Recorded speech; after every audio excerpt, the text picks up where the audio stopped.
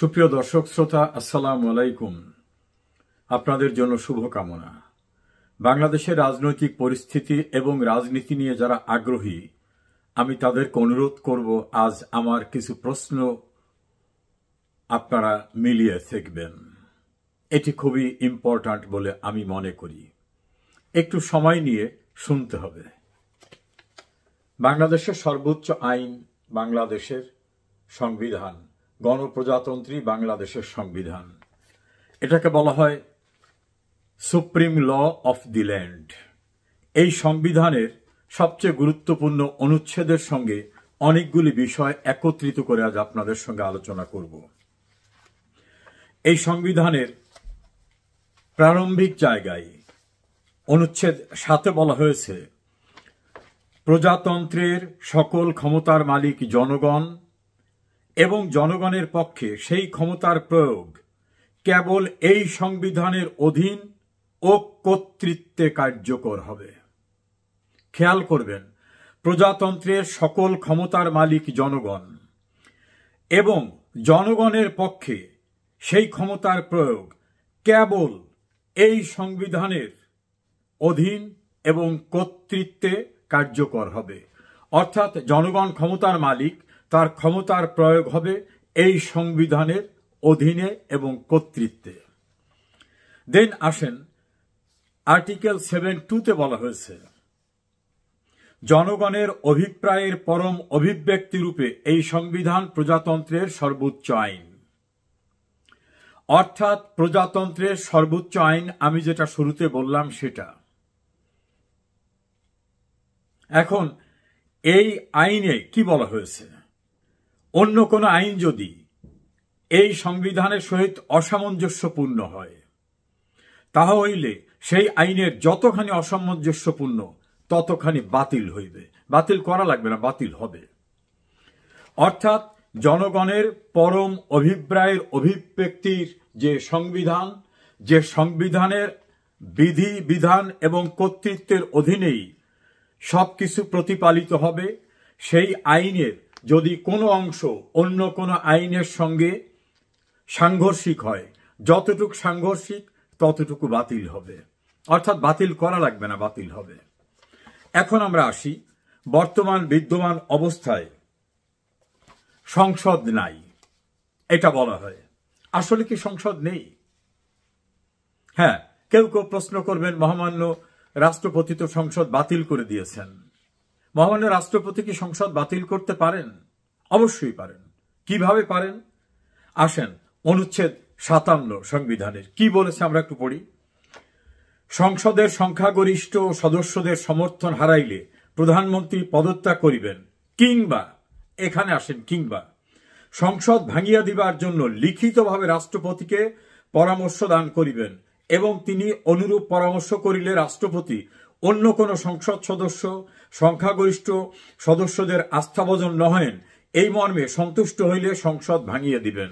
অর্থাৎ প্রধানমন্ত্রী যদি লিখিতভাবে রাষ্ট্রপতিকে অনুরোধ করেন যে সংসদ ভেঙে দেন, অথবা প্রধানমন্ত্রী কোনো কারণে পদত্যাগ করলেন, আর রাষ্ট্রপতির কাছে যদি মনে হয় যে যিনি অনুরোধ করছেন সংসদ ভাঙতে তিনি ছাড়া অন্য কোনো সংখ্যাগরিষ্ঠ দল নেই, তাহলে সংখ্যাগরিষ্ঠ দলের প্রধান হিসাবে অর্থাৎ প্রধানমন্ত্রী লিখিত অনুরোধ করলে তিনি সংসদ ভেঙে দিবেন।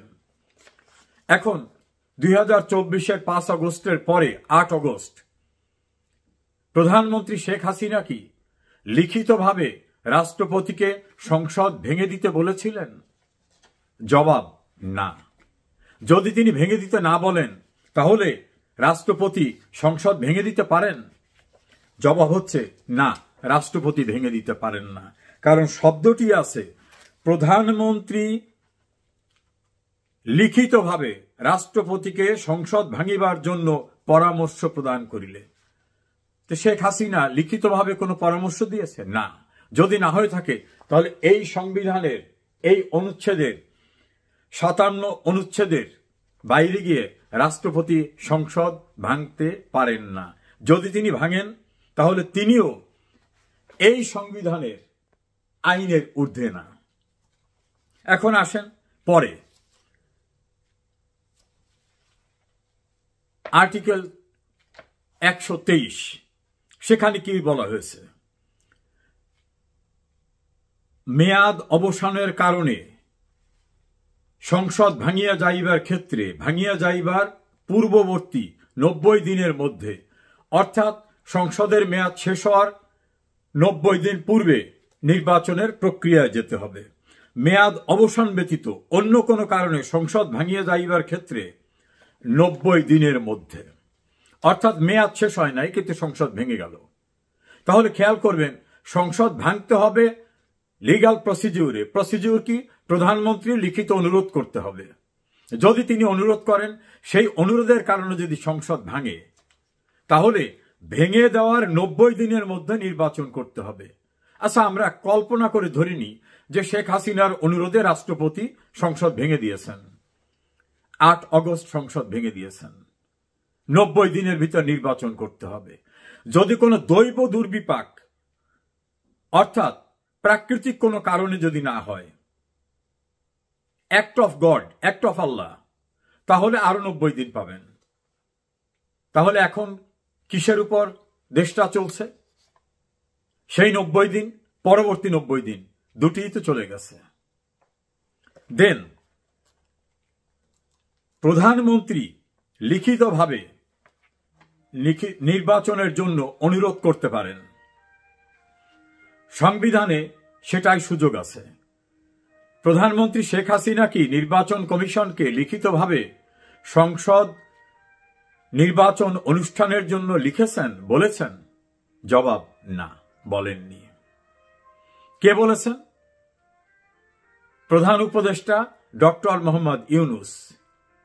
এই প্রধান উপদেষ্টা কে? আমাদের এই যে সংবিধানটি, এই সংবিধানে বারবার যা উচ্চারিত হয়েছে, রাষ্ট্রপতি, প্রধানমন্ত্রী, প্রধানমন্ত্রী, রাষ্ট্রপতি, এর বাইরে কিচ্ছু নাই। তাহলে আমি শুরুতে যেটা পড়লাম যে এই সংবিধানের বিধিবিধান কিভাবে প্রতিপালিত হবে, আবার একটু পড়ি। প্রজাতন্ত্রের সকল ক্ষমতার মালিক জনগণ এবং জনগণের পক্ষে সেই ক্ষমতার প্রয়োগ, জনগণের পক্ষে সেই ক্ষমতার প্রয়োগ কেবল এই সংবিধানের অধীন ও কর্তৃত্বে কার্যকর হইবে। অর্থাৎ এই সংবিধানের অধীনে এবং কর্তৃত্বে কার্যকর হবে। আবার বলা হলো, জনগণের অভিপ্রায়ের পরম অভিব্যক্তি রূপে এই সংবিধান প্রজাতন্ত্রের সর্বোচ্চ আইন। অন্য কোন আইন যদি এই সংবিধানের সঙ্গে অসামঞ্জস্যপূর্ণ হয়, যতখানি অসামঞ্জস্যপূর্ণ ততখানি বাতিল হবে। এই সংবিধানে বলা আছে 90 দিনের ভিতর নির্বাচন করতে হবে যদি প্রধানমন্ত্রী সংসদ ভেঙে দিতে বলেন এবং তার প্রেক্ষিতে ভেঙে দেওয়া হয়, অথবা সংসদের মেয়াদ শেষ হইবার 90 দিন পূর্বেই প্রস্তুতি নিতে হবে। এর কোনটিকে আছে? নাই। আর চূড়ান্ত কথা হলো, এই সংবিধানের বাইরে যাওয়া যাবে না। ল্যাঙ্গুয়েজটা আবারও ক্লিয়ার। ক্ষমতার প্রয়োগ কেবলমাত্র এই সংবিধানের অধীন ও কর্তৃত্বে কার্যকর হইবে। আছে? সুযোগ আছে? নাই। ডক্টর ইউনূস ইলেকশন কমিশনকে যে বলছেন নির্বাচন অনুষ্ঠান আয়োজন করতে, হু ইজ ডক্টর ইউনূস? এই ডক্টর ইউনূস কে? আমার এই সংবিধান সর্বোচ্চ আইন, এখানে তার যে পদবি অর্থাৎ প্রধান উপদেষ্টা, এই পদবিতে কোনো ব্যক্তি, কোনো এক্সিকিউটিভের অস্তিত্ব নাই। তাহলে উনি কে? Under what authority? কোন ক্ষমতায় তিনি সরকারের কার্যনির্বাহী? এই সংবিধান তো বলবৎ আছে। এটা তো মার্শাল ল নয় যে সংবিধানকে স্থগিত করে রাখা হয়েছে। আবার তিনি শপথ নিয়েছেন যে এই সংবিধানকে প্রতিপালন করবেন, সংরক্ষণ করবেন, প্রোটেক্ট এবং প্রিজার্ভ করবেন, সংবিধান বহির্ভূত কিছুই করবেন না। তাহলে এই সংবিধান যদি উনি মানেন, তাহলে উনি বহিরাগত, অর্থাৎ এই সংবিধানে এরকম কোনো পদই নেই। এখন ওনার সরকারের কর্তৃত্বে, ওনার দাবি করা সরকারের কর্তৃত্বে যদি নির্বাচন কমিশন গঠন করা হয়ে থাকে, তাহলে যিনি এই কমিশন গঠনে ভূমিকা রাখলেন তিনি নিজেই তো অবৈধ। তিনি কিভাবে আর একজনকে নিয়োগ দেন? সাব রেজিস্ট্রার অফিসের সাব রেজিস্ট্রার নিজেই যদি হন অবৈধ, তিনি কি দলিল রেজিস্ট্রি করতে পারবেন? না। যিনি বিচারক তিনি যদি ভুয়া বিচারক হন, তিনি যদি অবৈধ বিচারক হন, তিনি বিচার করবেন কিভাবে? তিনি একজনকে সাজা দেবেন কিভাবে বা জামিন দেবেন কিভাবে? পারবেন না। তিনি যেটা করবেন সেটাই অবৈধ, কারণ যিনি করছেন তিনি অবৈধ। ডক্টর ইউনূসই অবৈধ, তিনি নির্বাচন কমিশনকে নিয়োগ করলে সেটাও অবৈধ। রাষ্ট্রপতির একক এখতিয়ার কোনটা? প্রধানমন্ত্রী পদে নিয়োগ দেওয়া, তাও একক না। সংসদের সংখ্যাগরিষ্ঠ দল লিখিত রেজুলেশন করে রাষ্ট্রপতিকে অনুরোধ করবেন যে আমরা সংখ্যাগরিষ্ঠ, আপনি প্রমাণ নিলে নিতে পারেন, আমাদেরকে সরকার গঠনের জন্য আহ্বান জানান। তখন রাষ্ট্রপতি তার গভর্নমেন্ট ফর্মের জন্য তাকে অনুরোধ করবেন। সেক্ষেত্রে সংখ্যাগরিষ্ঠরা তাদের প্রধানমন্ত্রী নির্বাচন করে রাষ্ট্রপতির কাছে পাঠাবেন, রাষ্ট্রপতি তখন নিয়োগ দেবেন। আর কোনটা এককভাবে পারেন? প্রধান বিচারপতি নিয়োগ। এই দুইটির বাইরে মহামান্য রাষ্ট্রপতির এককভাবে আর কিছুই করার নেই। আর যেটাই করবেন সেটা সরকারের প্রধানের পরামর্শক্রমে। মনে রাখবেন, সরকার প্রধানের পরামর্শক্রমে। সরকার প্রধানকে এই কনস্টিটিউশন অনুযায়ী প্রধানমন্ত্রী। শেখ হাসিনা আইনসঙ্গতভাবে নির্বাচিত প্রধানমন্ত্রী। তাহলে অবস্থাটা কি দাঁড়ালো? এই সংবিধানে যে পদের অস্তিত্ব নাই, সেরকম একটি পদ দাবি করে যদি কেউ বলেন যে আমি নির্বাহী, আমি সবকিছু করি। বাংলাদেশে এক কেন্দ্রিক বিচারিক সর্বোচ্চ আদালত, প্রধান বিচারপতিটা পদ, আর কোনো ডেপুটি নাই। এখন যদি কেউ বলেন আমি উপপ্রধান বিচারপতি, এটা হবে? বাংলাদেশের সংবিধানে রাষ্ট্রপতি আছেন, উপরাষ্ট্রপতি নাই। কেউ যদি বলেন আমি উপরাষ্ট্রপতি, হবে? না, হবে না। বাংলাদেশের প্রধানমন্ত্রী একটাই পদ। যদি কেউ বলেন আমি উপপ্রধানমন্ত্রী, যেটা এই সংবিধানে নাই, সেটা হবে? না, হবে না, কোনো সুযোগ নাই। এখন আসেন, সংসদ ওরা অনেক সংস্কার করছেন, এগুলো ওরা করতে পারবেন না।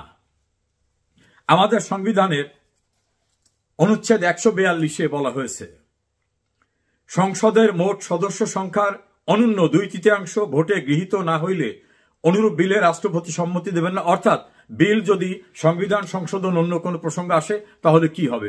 2/3 মেজরিটি দিয়ে ডিসাইড করতে হবে। আবার সেই ডিসাইডিংটা যদি ওই যে সংবিধানের 7-2 অনুচ্ছেদে অর্থাৎ কনস্টিটিউশনের ফান্ডামেন্টাল স্ট্রাকচারের সঙ্গে সাংঘর্ষিক হয়, তাহলে সেটা বাতিল হয়ে যাবে। আসেন এখন নেক্সট আসি। যদি এই সংবিধানের বাইরে কেউ কিছু করেন তাহলে কি হবে? সংবিধানের 7-এ অনুচ্ছেদে কি বলছে?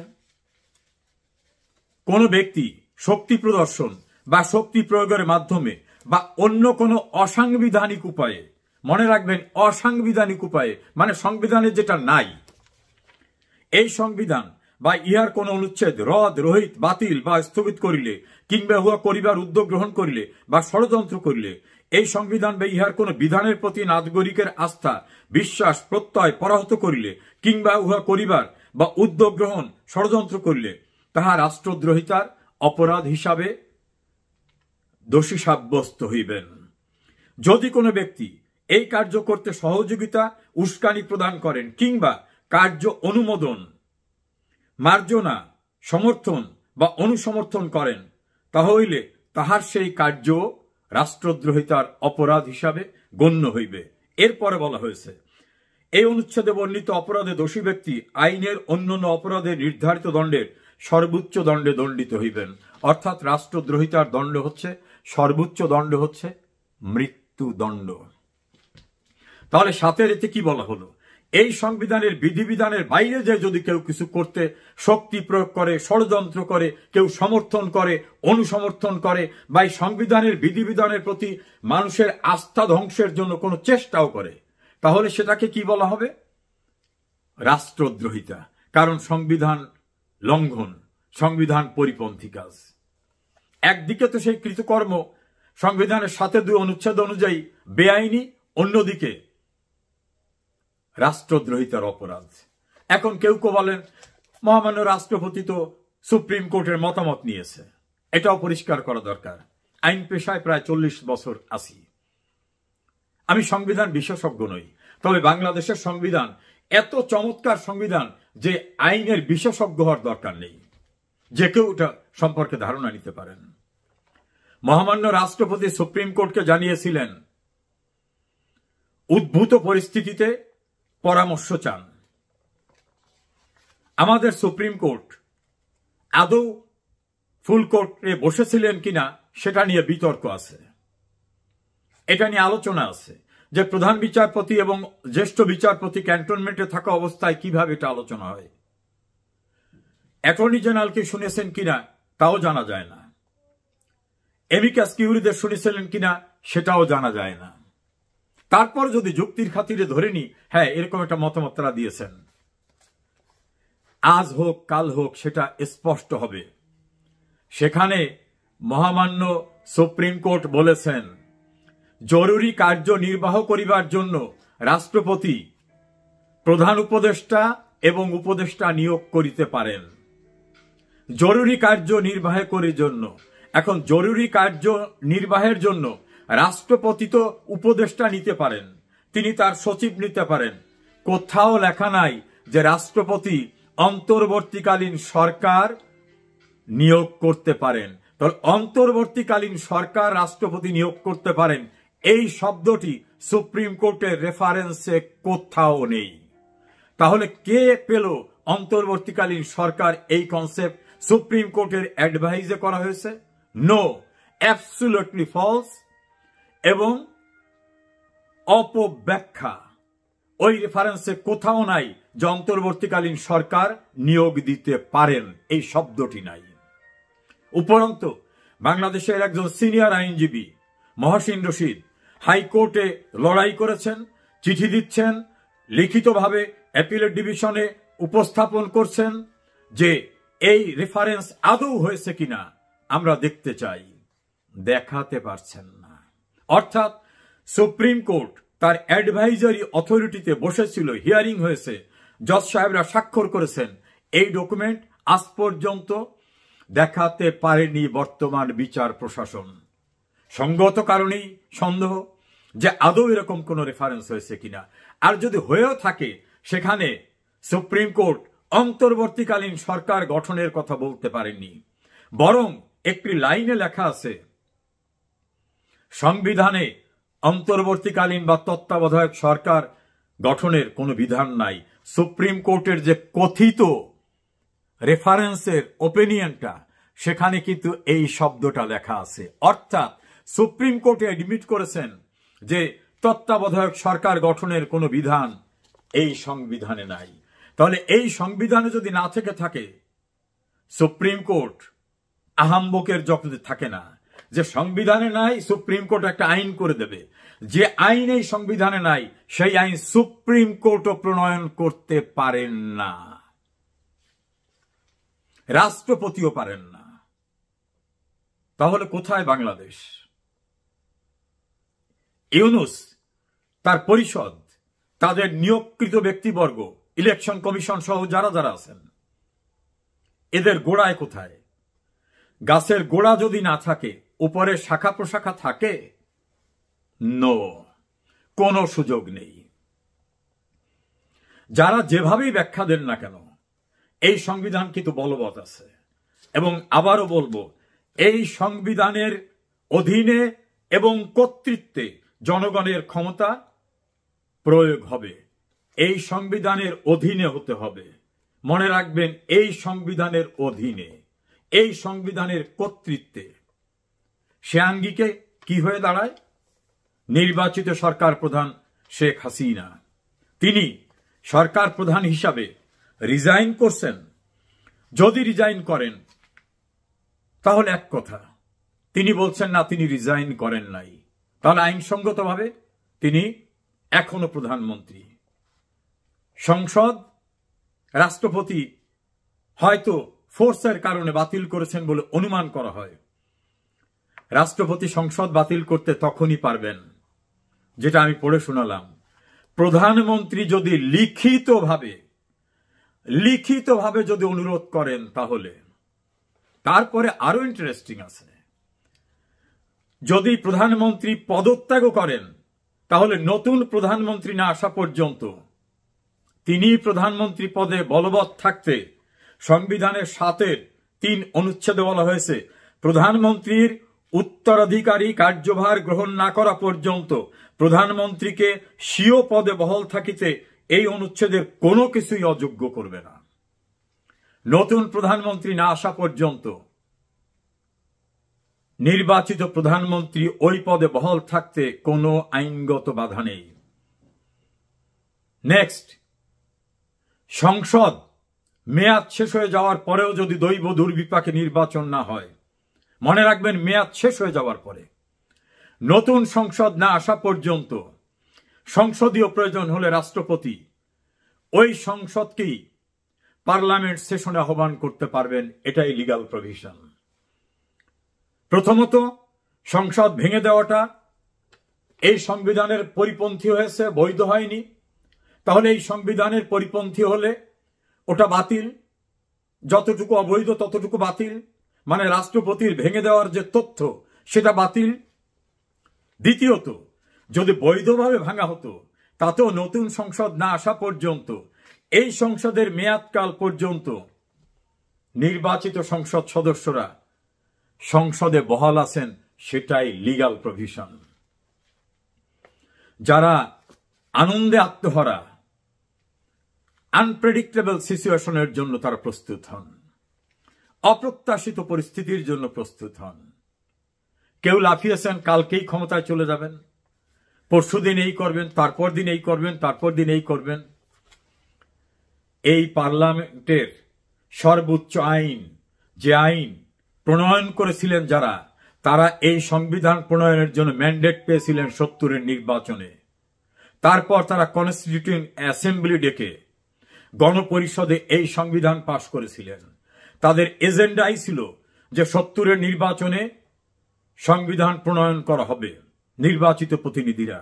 তা নির্বাচিত প্রতিনিধিরা এটা পাশ করেছিলেন, প্রণয়ন করেছিলেন, এবং সেটাকেই জাতীয় সংসদ এবং গণপরিষদে সর্বাত্মকভাবে, নিরঙ্কুশভাবে অনুমোদন হয়েছে। এর বাইরে কোনো সুযোগ নাই। যারা আনন্দে আত্মহারা, কাল ক্ষমতায় এক পক্ষ বসছেন, পরশুদিন আর এক পক্ষ বসছেন, কেউ লন্ডন থেকেই বসছেন, কেউ দেশের ভিতরে বসছেন, কেউ হাসিতে ভয়াবহ তৃপ্তির জায়গায়। এত হাসার কোনো কারণ নাই।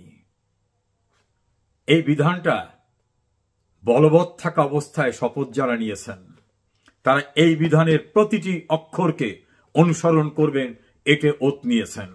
অর্থাৎ সংবিধানের 7-এ অনুচ্ছেদেও এই সংবিধানের কোন অনুচ্ছেদ, বিধিবিধানকে অবজ্ঞা করা, ঘৃণার সৃষ্টি করা, উপেক্ষা করা, অসাংবিধানিক উপায়ে বাতিল করার যে কোনো প্রচেষ্টা, এবং সেই প্রচেষ্টায় যারা সহায়তা করবেন, প্রত্যক্ষ পরোক্ষভাবে অনুসমর্থন করবেন, প্রত্যেকেই রাষ্ট্রদ্রোহিতার অপরাধে দণ্ডিত হবেন।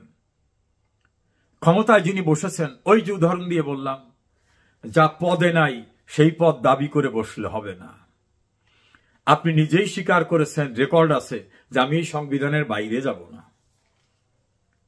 ফলে বাংলাদেশের এই জটিলতা দূর করার পথ একটি, নির্বাচিত পার্লামেন্ট ডিসাইড করবেন, নির্বাচিত গভর্নমেন্ট ডিসাইড করবেন পরবর্তী পদক্ষেপ।